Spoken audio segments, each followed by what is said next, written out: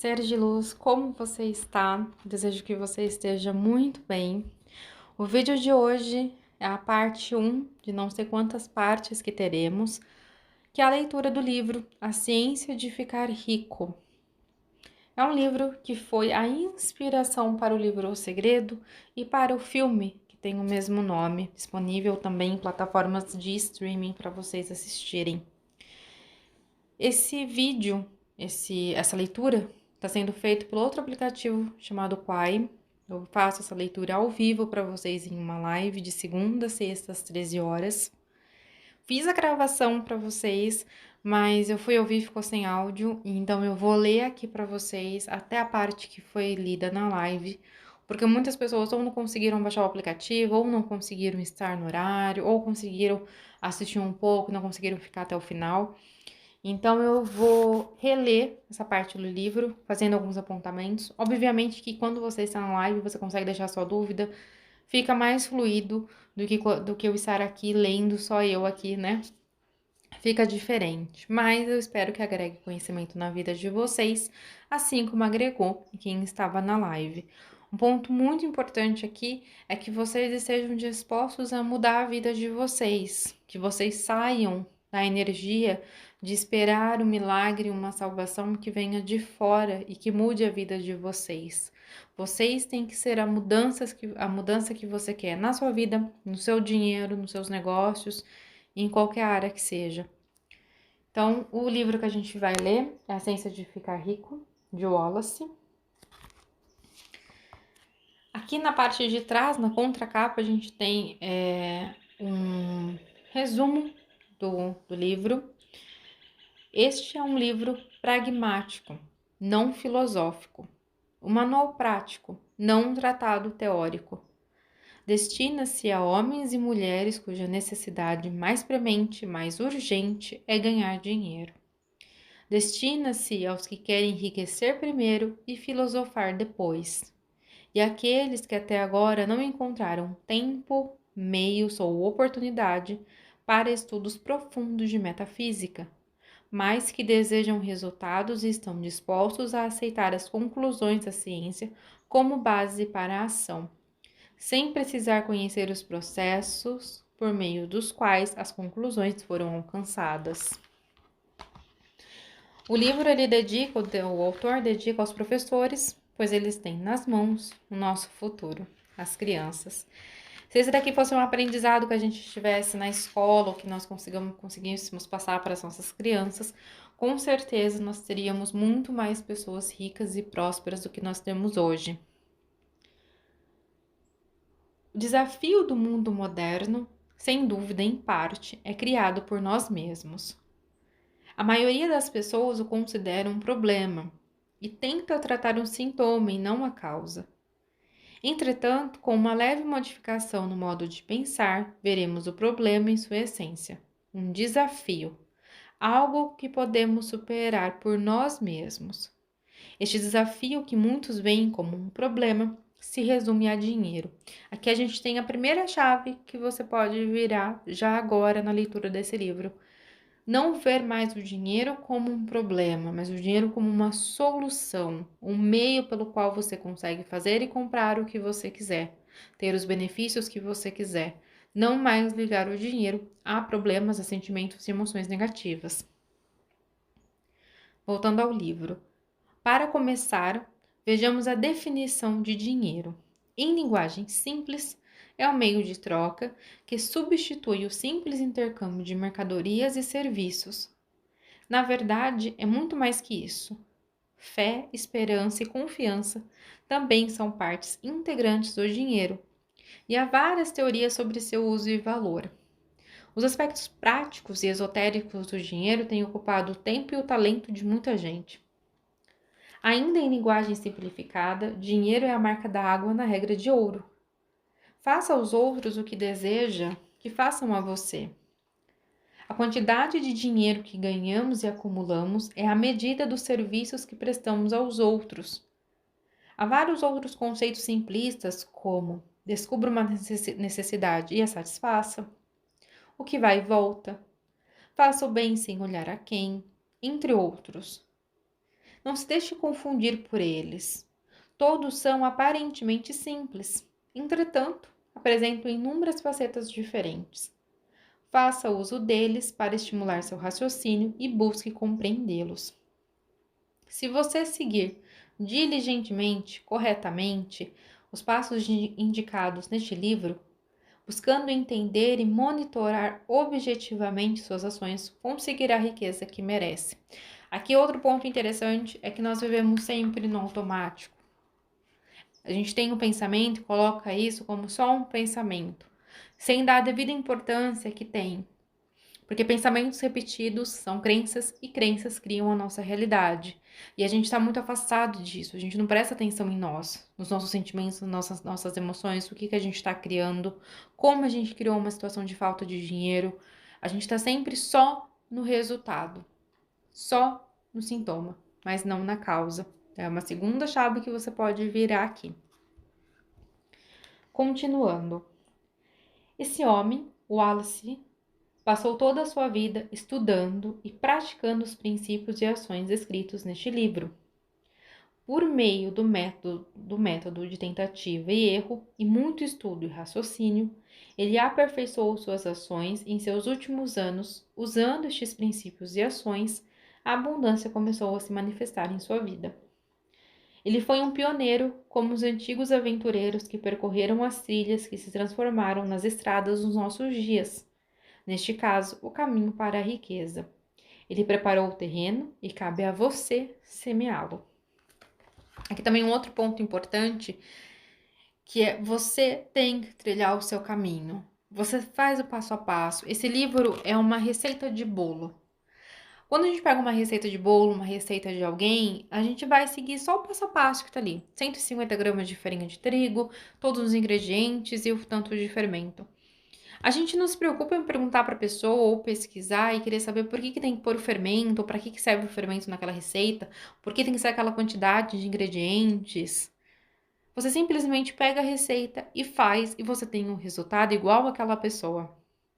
E a mesma coisa o livro.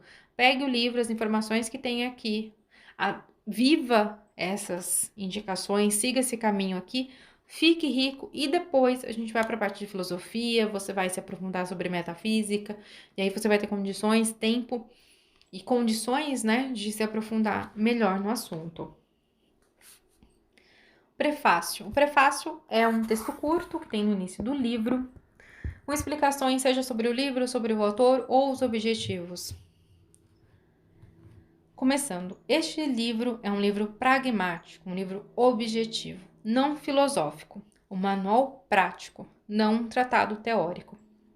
Destina-se a homens e mulheres cuja necessidade mais premente é ganhar dinheiro. Destina-se aos que querem enriquecer primeiro e filosofar depois. E àqueles que até agora não encontraram tempo, meios ou oportunidade para estudos profundos de metafísica, mas que desejam resultados e estão dispostos a aceitar as conclusões da ciência como base para a ação, sem precisar conhecer os processos pelos quais as conclusões foram alcançadas.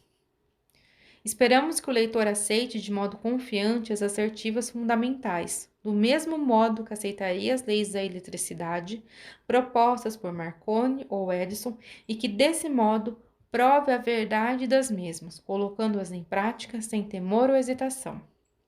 Qualquer homem ou mulher que faça isso certamente ficará rico, pois a ciência que é aplicada é exata e não falha. Entretanto, em atenção aos que desejam investigar teorias filosóficas para solidificar as bases de sua fé, citarei algumas autoridades no assunto. A teoria monística do universo, que defende que um é o todo e o todo é um, que uma substância manifesta-se como muitos elementos aparentes do mesmo material. É de origem indiana e há centenas de anos vem conquistando o pensamento do mundo ocidental. É a base de todas as filosofias orientais, bem como os pensamentos de Descartes, Spinoza, Hegel e Emerson. Ao leitor que deseja aprofundar-se no estudo das bases filosóficas, recomendamos a leitura de Hegel e Emerson. Neste livro, optei pela franqueza e simplicidade do estilo, um esforço para ser compreendido por todos. O plano de ação descrito, traçado a partir da filosofia, foi exaustivamente posto à prova e venceu o teste supremo da experimentação prática. Funciona. Se você quer saber como chegamos às conclusões apresentadas, leia os autores mencionados anteriormente. E se quiser colher os frutos da prática de suas filosofias, leia este livro e siga seus conselhos à risca. Capítulo número 1. O direito de ser rico. Não importa o que se diga a favor da pobreza, é indiscutível que sem riqueza não é possível ter uma vida realmente completa ou bem-sucedida. Nenhum homem pode atingir o ápice de desenvolvimento do seu talento ou de sua alma se não tiver dinheiro suficiente, pois para expandir a alma e desenvolver o talento, temos de recorrer a muitas coisas que só o dinheiro pode comprar.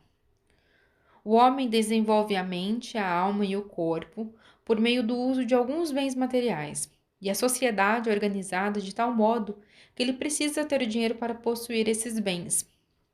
Portanto, a base de todo desenvolvimento para o homem deve ser a ciência de ficar rico.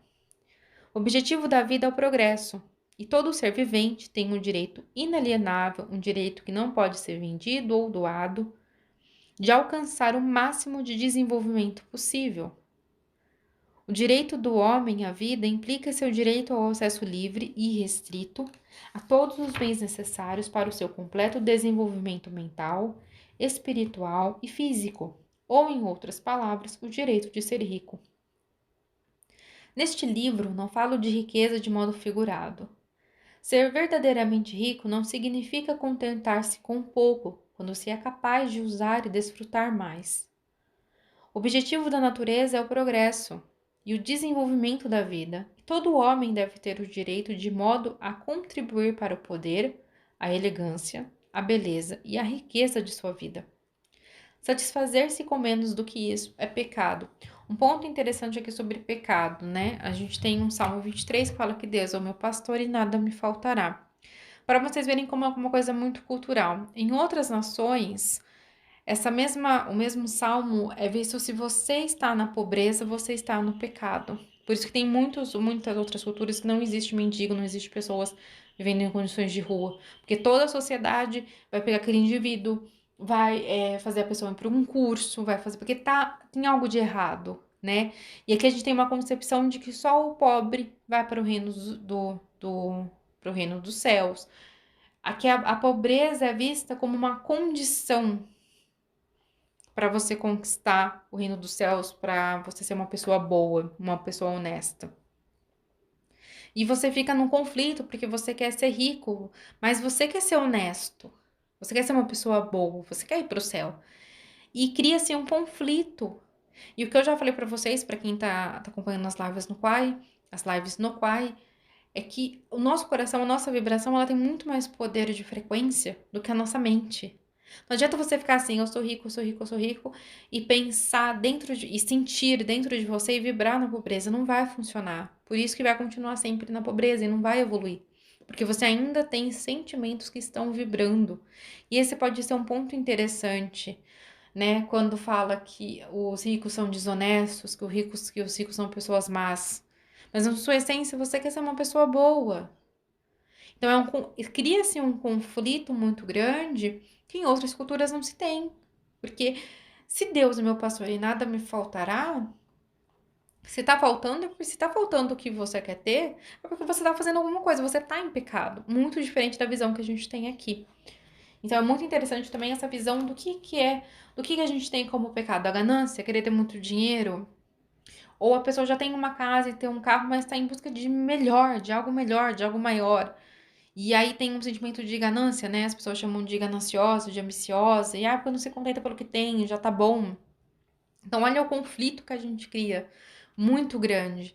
E é inerente. Então você sair da massa, sair do comum, do politicamente correto, ou do que a maioria das pessoas pensam, é sim um passo muito grande. E se você tá pronto para dar esse passo, é aí que sua vida vai dar uma guinada muito grande.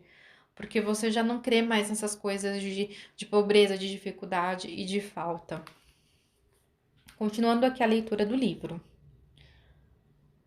O homem que tem tudo o que deseja para viver em sua plenitude é um homem rico.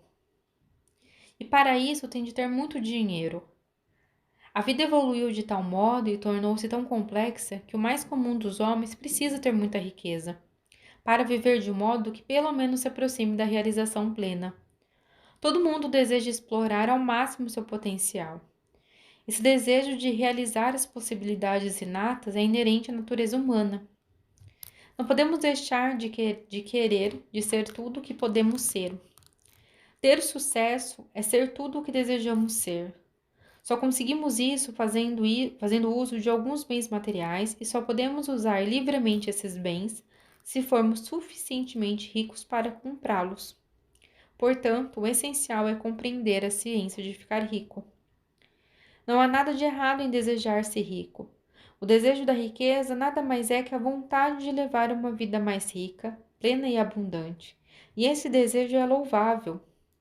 O homem que não quer viver com maior abundância não é normal, como não é o homem que não almeja ter dinheiro o suficiente para comprar tudo o que deseja. Essa questão de desejo traz um ponto bem interessante também de reflexão. Tem uma linha muito tênue de um desejo sadio, de um desejo que vem do ego e que vai ser difícil de você conquistar. Quando você quer ter algo, sempre se pergunte por que você quer ter alguma coisa. Vou dar um exemplo aqui, uma questão de um carro. Quero um carro melhor ou quero comprar um carro. Mas por que você quer um carro?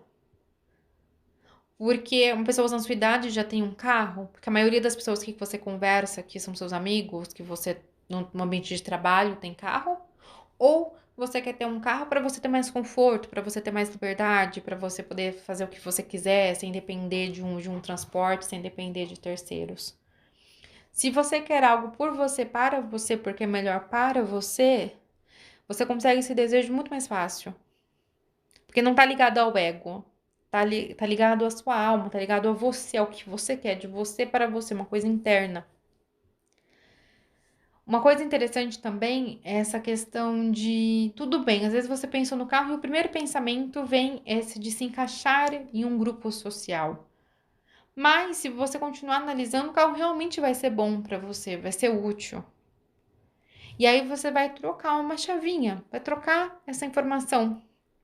Não vai ser mais pelos outros, para se encaixar. Vai ser porque realmente vai ser bom para você. Você chegou a uma conclusão de que realmente um carro melhor vai ser mais econômico, mais confortável, vai te dar mais liberdade. E aí você transforma uma situação em que é para você entrar dentro de um padrão, de um grupo, seja lá o que for, para algo que realmente é bom para você e que é importante para você. E aí toda a sua energia, toda a sua ação vai estar em algo que é bom para você. Retomando aqui a leitura do livro. Existem 3 motivos para a nossa existência. Vivemos para o corpo, para a mente e para a alma. Nenhum destes motivos é melhor ou mais sagrado do que o outro. Todos são igualmente desejáveis.